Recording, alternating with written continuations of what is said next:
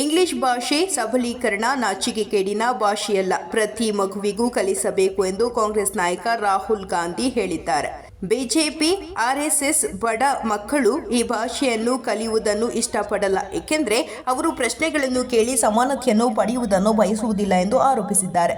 ಗೃಹ ಸಚಿವ ಅಮಿತ್ ಶಾ ಅವರು ಇಂಗ್ಲಿಷ್ ಕುರಿತು ಹೇಳಿಕೆ ನೀಡಿದ ಒಂದು ದಿನದ ನಂತರ ರಾಹುಲ್ ಗಾಂಧಿಯವರ ಈ ಹೇಳಿಕೆಗಳು ನೀಡಿದ್ದಾರೆ. ಎಕ್ಸ್ನಲ್ಲಿ ಪೋಸ್ಟ್ ಮಾಡಿದ ಗಾಂಧಿ, ಇಂಗ್ಲಿಷ್ ಅಣೆಕಟ್ಟು ಅಲ್ಲ, ಅದು ಸೇತುವೆ. ಇಂಗ್ಲಿಷ್ ನಾಚಿಕೆಗೇಡಿದ್ದಲ್ಲ, ಅದು ಸಬಲೀಕರಣ. ಇಂಗ್ಲಿಷ್ ಸರಪಳಿಯಲ್ಲ, ಅದು ಸರಪಳಿಗಳನ್ನು ಮುರಿಯುವ ಸಾಧನವಾಗಿದೆ ಎಂದು ಹೇಳಿದ್ದಾರೆ.